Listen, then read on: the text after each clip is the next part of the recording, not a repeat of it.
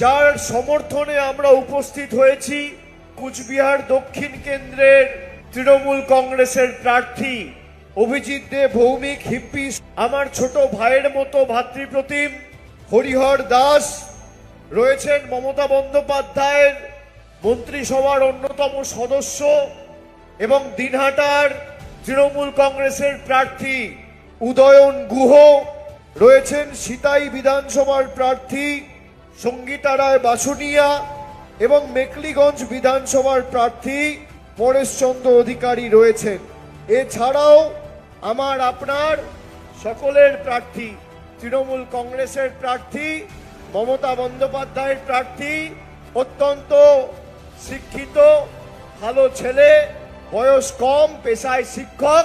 রাজবংশী ভাষা একাডেমির চেয়ারম্যান এবং মানুষের সর্বক্ষণের কর্মী, তৃণমূলের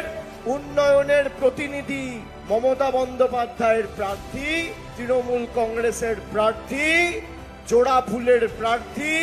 মামাটি মানুষের প্রার্থী, সর্বোপরি অনন্ত মহারাজেরও প্রার্থী। তাকে আগামী দিন খাসের উপর জোড়া ফুল চিহ্নে ভোট দিয়ে বিপুল বিপুল ভোটে জয়যুক্ত করতে হবে।